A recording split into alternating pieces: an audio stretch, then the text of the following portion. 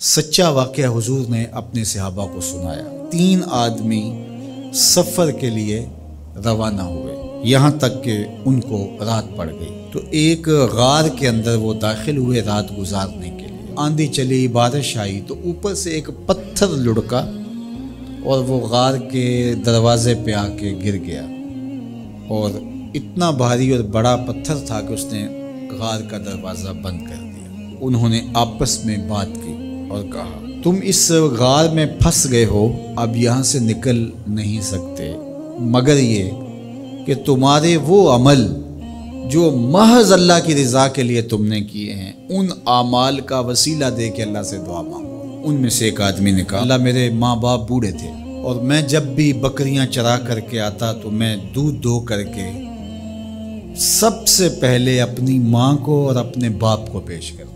ایک دن میں سرسبز درختوں کی تلاش میں بکریاں لے کے کوئی چارہ کوئی درختوں کی تلاش میں دور نکل گیا۔ میں جب واپس پلٹا دونوں سو چکے تھے۔ میں نے یہ مناسب نہ سمجھا کہ میں ان کو جگاؤں، بیدار کروں کہ اٹھو دودھ پی لے، لیکن اب سارا دن وہ بھوک سے تھے تو اچانک آنکھ کھلے اور بھوک کی شدت سے تڑپے تو میں وہاں سے ہٹ بھی نہیں سکا۔ تو کہتا ہے کہ میں بچوں کو نظر انداز کیا اور ماں باپ کے جاگنے پہ دھیان رکھا اور یوں ساری رات بیت گئی۔ میرے ماں باپ فجر کے وقت جب اٹھے وہ دودھ ان کو پیش کیا۔ اب یہ عمل پیش کر کے کہتا ہے، اے اللہ اگر یہ میں نے محض تیری رضا کے لیے کیا، تو جانتا ہے میرے دل کو، تو اس پتھر کو ہٹا دے۔ تو پتھر تھوڑا سا سرک گیا لیکن اتنا نہیں تھا کہ وہاں سے یہ باہر نکل سکے۔ اب دوسرے کی باری آئی، اس نے کہا، اے اللہ میرے چچا کی ایک بیٹی تھی جو مجھے بہت زیادہ محبوب تھی، مرد عورت کے ساتھ جتنی محبت کرتا ہے اس طرح میرا اس کی طرف رجحان قلب تھا، تو میں نے اس کو اپنی خواہش کی تکمیل کے لیے کئی بار کہا لیکن اس نے کہا کہ یہ نہیں ہو سکتا۔ اور پھر ایک دن حالات نے اس کو مجبور کر دیا، فاقہ زدہ حالات ہو گئے، غربت آ گئی، تو اس نے مجھ سے اپنی حاجت طلب کی تو میں نے اس کو 120 دینار دیے، لیکن اس شرط پہ کہ تم اپنا جسم میرے سپرد کرو گی۔ اب مجبوری سے اس نے کہا ٹھیک ہے، لیکن میں نے دیکھا کہ اس کا وجود اللہ کے خوف سے کانپ رہا تھا اور مجھے کہنے لگی اتق اللہ، اللہ سے ڈر اور اس کی حدوں کو نہ توڑ۔ میری خواہشات تو پگلی تھیں، آرزویں تو بےتاب تھیں اور میں اس کی قیمت بھی ادا کر چکا تھا، لیکن اس کا یہ جملہ کہ اللہ سے ڈر، تو میں تیرے سے ڈر کے اس کو چھوڑ دیا اور جو اس کو میں نے 120 دینار دیے تھے وہ بھی اس کے پاس رہنے دیے۔ اللہ میرے اس مخفی عمل کو تو ہی جانتا ہے، تو اگر میں نے تیری رضا کے لیے ایسا کیا تو اس پتھر کو ہٹا دے۔ تو پتھر تھوڑا سا ہٹ گیا، سوراخ تو زیادہ ہو گیا لیکن ابھی بھی وہاں سے گزرنا ممکن نہیں تھا۔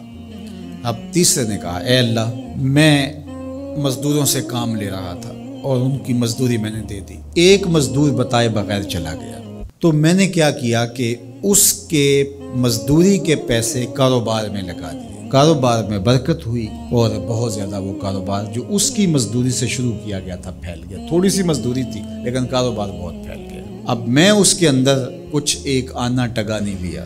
ایک عرصے کے بعد وہ شخص آیا، اس نے کہا مجھے میری مزدوری دے۔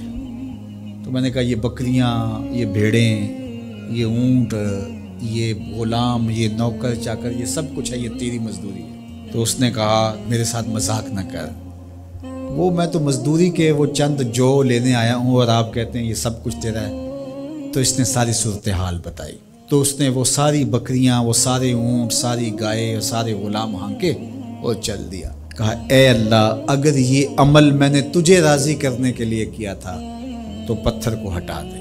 تو حضور نے فرمایا وہ پتھر ہٹ گیا اور یہ چلتے ہوئے باہر آ گئے۔ جب اللہ کی رضا کے لیے کام کی ہو تو مشکلوں سے نکلنے کے راستے ملتے۔ ایک روایت میں آتا ہے جو آسانی کے وقت اللہ کو فراموش نہیں کرتا، اوکھے ویلے اللہ اس کو فراموش نہیں کرتا۔ ہم تو کسی مصیبت میں پھنسے تو چالاکیاں کرتے ہیں، کوئی چالاکی، کوئی مکر کہ اس سے نکلیں۔ تو مصیبت میں پھنسیں تو دعا کے لیے ہاتھ پھیلا لیں اور اچھے اعمال کا اللہ کی بارگاہ میں وسیلہ پیش کریں۔ تو زندگی میں ایسا ذخیرہ اعمال کا جمع کرو کہ جب مشکل بنے